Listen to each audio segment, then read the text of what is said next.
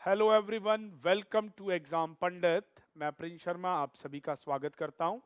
आज जैसा थंबनेल में देखा होगा, कोडिंग डिकोडिंग में चाइनीज कोडिंग, आईक्यू कोडिंग या जंबल कोडिंग, कुछ भी आप इसका नाम दे लीजिए, ये कोडिंग डिकोडिंग का आईक्यू सेक्शन है। और प्यारे बच्चों, बैंकिंग का कोई भी प्री एग्जाम हो, कोई भी छूटेगा नहीं। 5 नंबर पक्के और 2 मिनट में। प्यारे बच्चों, सिर्फ 2 मिनट लगते हैं। मिसलेनियस के क्वेश्चन भी हैं इसमें और 1 नंबर का काम करेंगे। इसके लिए कोई अल्फाबेट याद करने की जरूरत नहीं, कोई नंबर याद करने की जरूरत नहीं, कोई ट्रिक टेक्निक बनाने की जरूरत नहीं। बस एक बार वीडियो को पूरा देख लीजिए, एक बार ध्यान से देखिएगा, उसके बाद आप भी कहेंगे कि भाई मेरे तो 2 नंबर पक्के करवा दिए सर ने, 4 नंबर करवा दिए। चलिए आ जाइए, जल्दी से बिना बातों के काम की तरफ चलते हैं। तो टेक्निकल टीम से कहूंगा पहला क्वेश्चन आपके डिस्प्ले बोर्ड पे ला के दें। देखिए बेटे, क्वेश्चन है in certain coding language she is beautiful. बेटे इसको ना कई लोग बोलते हैं चाइनीज कोडिंग, कई लोग कुछ भी किस भी तरह से नाम से। तो स्टार्ट करते हैं जैसे आपको लिखा होता है। अब देखो पेपर में क्या होता है, आपके पास ऑनलाइन है, 5 क्वेश्चन का आंसर देना है। एक तरीका तो है भाई स्क्रीन से पकड़ो, शी इज ब्यूटीफुल, ये मेट, फिर रोज इज पिंक, फ्लाट आका, ब्यूटीफुल आर रोज। तो पहले और तीसरे में कॉमन वर्ड दिखा ब्यूटीफुल, तो आप इस ब्यूटीफुल का काम क्या करेंगे, आप पहले और तीसरे में मिलता हुआ कोड देखेंगे, वो दिख रहा है मेट। एक तरीका तो यह है कि स्क्रीन से ही मैप करते जाओ और अपने आंसर लिखते जाओ, और यही सबसे बेस्ट तरीका है प्यारे बच्चों। चलिए, अब दूसरा आपको देखा, आपको इज और इज, पहले दोनों में इज और इज कॉमन दिख रहा है, तो पहले दोनों में आपका एफ ए टी या YEL कॉमन दिख रहा है। तीसरे वाले को अगर आप ध्यान से देखो, तीसरी लाइन में रोज है और दूसरी लाइन में रोज है, तो रोज और रोज में कॉमन क्या हो गया आपका, आप देखो KID, तो ये 3 अक्षरों का मिल गया। अब पहली लाइन में था शी इज ब्यूटीफुल, इज और ब्यूटीफुल का कोड आ गया मेट और यल, तो शी का कोड हो जाएगा फिर, तो शी का कोड बचा हुआ हो जाएगा FER। ठीक है जी। अब रोज इज पिंक, मैं इसे एक और तरीके से भी कराऊंगा। इज और पिंक का आपके पास आ गया, तो बचा हुआ कोड जो आपका फैट, वो रोज का हो जाएगा। ऐसे ही ब्यूटीफुल और रोज का आ चुका है, तो आपका आर का कोड हो जाएगा गिर। अब इस तरह से अगर आपने कोड लिख लिए, स्क्रीन से देखते देखते आंसर देने कोई दूर नहीं। पहला question, what is code for R, गिर, आंसर गिर लगा दिया जाएगा। What is code for pink, answer आपका पिंक के लिए, अभी हमने ढूंढा था पिंक के लिए कोड बेटे क्या, रोज इज पिंक, तो किड कोड किसका आया था, पिंक का आएगा, सॉरी, रोज के लिए आएगा आपका बचा हुआ कोड पिंक, फिट आएगा, फेट।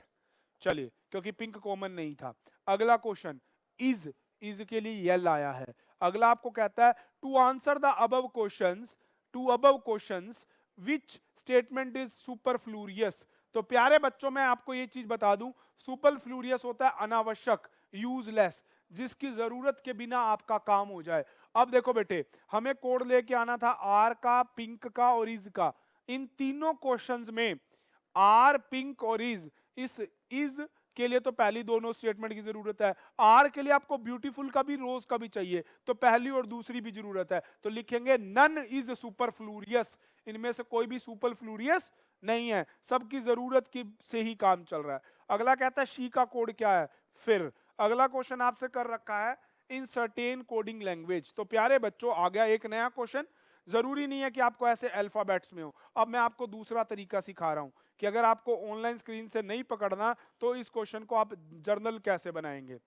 जैसे आपको लिखा है कैट इज 1 2 3, फिर आपको क्वेश्चन कहता है सिट इज 2 7 5, फिर आपको कहता है पास इज 9 5 1 5। अब आपसे कहता है नीचे टी का कोड क्या है, टिप का कोड क्या है, सिप का, कुछ भी दे सकता है बेटे, आपको इस तरह से आप क्वेश्चन देता है एग्जामिनर। अब प्यारे बच्चों बड़े ध्यान से समझना, एक तरीका ये भी होता है, जैसे इनमें कॉमन है टी, इन दोनों में कॉमन है 2, वैसी वैसी शेप बनाते चले जाओ। इन दोनों में डबल एस और इसमें एस, इनमें कॉमन कितना है 5, इसमें है ए, इसमें है ए, पहले तीसरे में मिलता हुआ है 1, ठीक है जी। तो यहाँ पे P का कोड हो गया 9, I का कोड हो गया 7, C का कोड कितना हो गया 3। इस तरह से भी आप इस क्वेश्चन को बना सकते हैं। चलिए, तो बस ये है कि बैंकिंग के एग्जाम में एक बार अगर स्टेटमेंट थोड़ी बड़ी हो तो देख के लिखने में जितना टाइम जाएगा उतनी देर में तो आप स्टेटमेंट के कोड ले लेंगे, तो वो लिखने और बचने के टाइम के बीच कोड ढूंढने का टाइम आंसर देने में यूज हो जाएगा। बस यही एक चीज थी। चलिए, तो अब आपको पहले पूछा टी का कोड, टी का कोड आपके सामने निकला है 2। अगला कहता है एस का कोड, एस का कोड आपका है 5। अब आपको क्वेश्चन पूछा गया which statement is superfluous to find the answer S. प्यारे बच्चों, एस के लिए ये भी सुपरफ्लूरियस है और ये भी सुपरफ्लूरियस है। आप कहोगे सर जी एस तो यहां भी दिख रहा है, पर मेरे प्यारे बच्चों यहां 2 बार एस है और 2 बार 5 है, तो ये तो कंफर्म ही हो गया कि एस का कोड क्या है 5। इसके लिए मुझे किसी और की जरूरत नहीं है। चलो मैं आपको एक और एग्जांपल देता हूं अपनी तरफ से। जैसे मान लो, स्क्रीन से एक बार क्वेश्चन हटा दीजिएगा।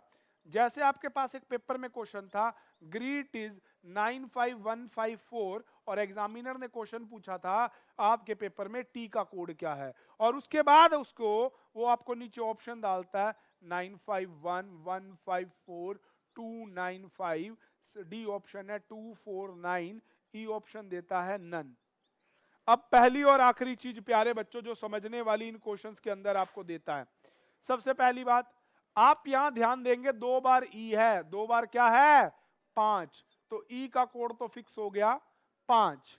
अब यहां पे एक नया वर्ड आ गया न्यू, न्यू वर्ड लेटर आ गया, सॉरी न्यू लेटर आपके पास आ गया है ए, एक नया लेटर क्या आया आपके पास ए। तो अगर ए एक नया लेटर है तो नीचे एक नया कोड भी होना चाहिए, एक नया लेटर है नीचे एक नया कोड होना चाहिए, और नया कोड यहां पे 2 और 2 दिख रहा है। आगे बात समझ, तो ये 2 के साथ 5 है, इसलिए इसका आंसर 3 हो जाएगा। अब इसमें तो कोई सुपरफ्लूरियस नहीं बनी। आगे बात समझ, क्यों? क्योंकि यहां पे 2 बार ई था और इधर 2 बार 5 था। तो मेरे प्यारे बच्चों ये चीज आपको थोड़ी सी समझ के चलनी पड़ेगी। टेक्निकल टीम से कहूंगा अगले क्वेश्चनों की बौछार करें बच्चों के लिए। अब आपके पास ये क्वेश्चन है in certain coding language always new idea. Banking के एग्जाम में आपको ऐसा ही लिखा मिलेगा। अब मेरी बात सुनो प्यारे बच्चों, अगर आप स्क्रीन पे इस बात को थोड़ा सा समझना चाहें और देखना चाहें, इस बात को थोड़ा सा दिमाग भी लगाएं। देखो ऑलवेज क्रिएट न्यू आइडिया। अब मेरी बात देखना, मैं आपके सामने करके भी दिखाता हूं, क्योंकि हाथ कंगन को आरसी क्या और पढ़े लिखे को फारसी क्या। अब अगर मैं लिखता हूं always create new idea, always create new idea, आप टाइम नोट करना कि मेरा कितना टाइम जा रहा है। ऑलवेज क्रिएट न्यू आइडिया बा री शागी, बारी शागी, ठीक है। अगला कहता है idea and new thought is written as फागी मा री। फिर अगला आपको कहता है create thoughts and instincts is written as मा जो बाफा। और नेक्स्ट आपको कहता है न्यू एंड बेटर सॉल्यूशन,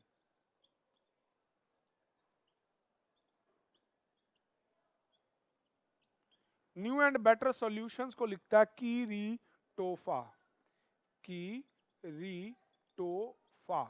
अब फिर वही बात कि आपको करना कैसे है। अब आप अगर इसको इतना टाइम देखो, कम से कम 1.5 मिनट मैंने लिखने में गवाया, आप भी गवाएंगे, क्योंकि आपके पास भी स्क्रीन होगी, मेरे पास भी स्क्रीन है। स्क्रीन से देख के लिखने में 1.5 मिनट गवा दिया।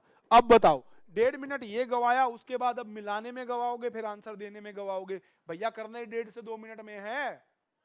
तो जैसे मैंने पहले सिखाया था कि स्क्रीन से मिलाना शुरू करते होते हैं, स्क्रीन से मिलाना, जैसे आइडिया, आइडिया, तो क्या कहीं और पे एक आइडिया वर्ड है, परंतु इनके पास तो न्यू न्यू भी है, भाई मेरा आंसर नहीं बन पाएगा।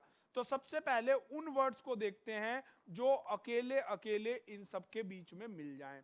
जैसे एंड, एंड और एंड। तो सेकंड, थर्ड और फोर्थ में मिल रहा है माँ, माँ, ठीक है जी। अब माँ माँ तो मिल रहा है, पर तीसरे में एंड का नहीं मिला। तो तीसरे में इनके अलावा कुछ और क्या मिलता है, मैं एक बार स्टेटमेंट में देखता हूं। न्यू एंड बेटर, रीटो, फा, फा, फा, इन सब में फा मिल रहा है प्यारे बच्चों। तीनों में कॉमन आ रहा है फा, फा और फा, क्योंकि मां उन दोनों में ही कॉमन था।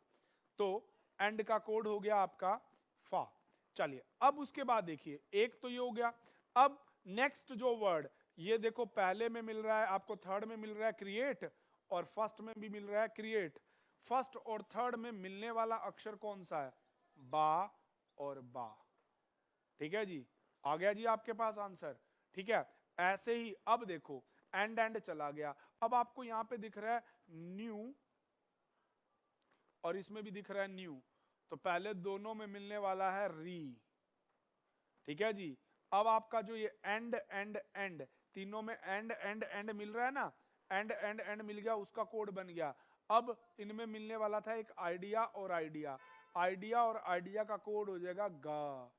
बचा हुआ ऑलवेज का कोड हो गया आपका शी।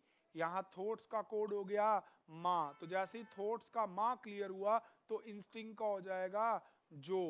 अब न्यू, बेटर, सॉल्यूशन, तीनों का कंफर्मेशन नहीं है तो छोड़ देंगे। अब आपका पहला क्वेश्चन कहता है what is code for thoughts, thoughts का कोड मां मिल चुका है। अब अगला क्वेश्चन कहता है विच ऑफ द फॉलोइंग में presenting instincts always, instincts always better. प्यारे बच्चों, इंस्टिंक्ट का आपको मिल चुका है जो, ऑलवेज का आपको मिल चुका है शाह, बेटर इन तीनों में से जो इसके साथ है।